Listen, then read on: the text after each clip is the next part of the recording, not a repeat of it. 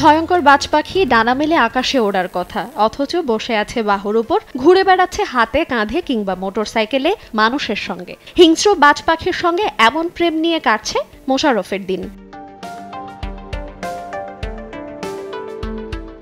জীবিকার তাগিদে মোশাররফ একসময় সৌদি আরব থাকতেন এবং সেখানে কফিলের বাজ পাখি পালনের কাজ করতেন। দীর্ঘ 15 বছর প্রবাসে থাকার পর দেশে ফিরে মোশাররফ সেই পাখি পালনের কথা আবার নতুন করে ভাবেন। পরে হঠাৎ করেই একদিন ছোট দুটি বাজ পাখির ছানা কুড়িয়ে পান। তারপর থেকেই পরম যত্নে বাচ্চা দুটি লালন পালন করেন মোশাররফ। এখন ভয়ঙ্কর বাজ পাখি হয়ে গেছে তার পরম বন্ধু।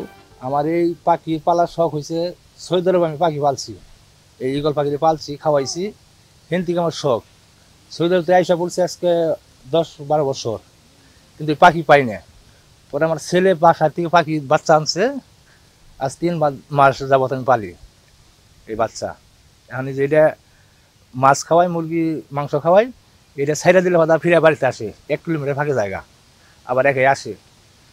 গেছিল গা, পরে পাই না। পরে একদিন খবর বলছে যে আমার বাড়িতে গেছে, যাবার নিচে দিয়ে আইসা পড়ছে, আইসা উপর দিয়ে ঘুরতেছে, ডাক দিছে, ওই হাতে এসে পড়ছে।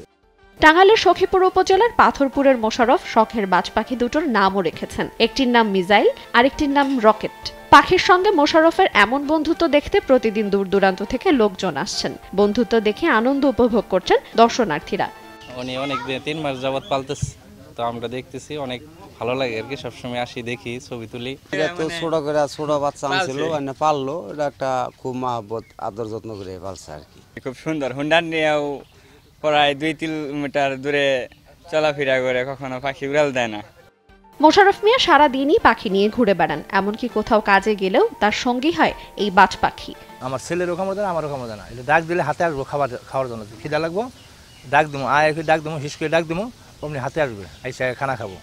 বাজ পাখি সৌদি আরবের বেশিরভাগ বাসায় পরিবারের সদস্য হিসেবে রাখা হয়। সেই সংস্কৃতি বহন করছেন মোশাররফ মিয়া। পাখির সঙ্গে মানুষের এমন প্রেম মোশাররফ দৃষ্টান্ত স্থাপন করেছেন। সময় সংবাদ, টাঙ্গাইল।